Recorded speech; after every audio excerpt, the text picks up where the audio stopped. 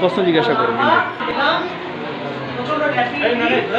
Movement করতে থাকে, ঠিক আছে? এই মশাটা কামড়ালে যদি কোনো কেউ ডেঙ্গু হয়েছে তার দেহ থেকে যখন কামড়াবে, সেই যখন রক্ত খাওয়ার সময় যখন কামড়ালো রক্ত নিল, সেই সময় ডেঙ্গু ভাইরাসটাকেও নেয় এবং সেখানে গিয়ে যখন একটা সুস্থ মানুষকে কামড়ায় তখন তার দেহে ডেঙ্গু রোগটা হয়। রোগটা হয় কি করে বুঝবো?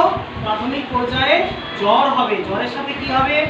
চোখের পেছনে ব্যথা হতে পারে, তার সঙ্গে বমি পায়খানা হতে পারে, তার সঙ্গে সঙ্গে দাঁতের গোড়া দিয়ে রক্ত যেতে পারে।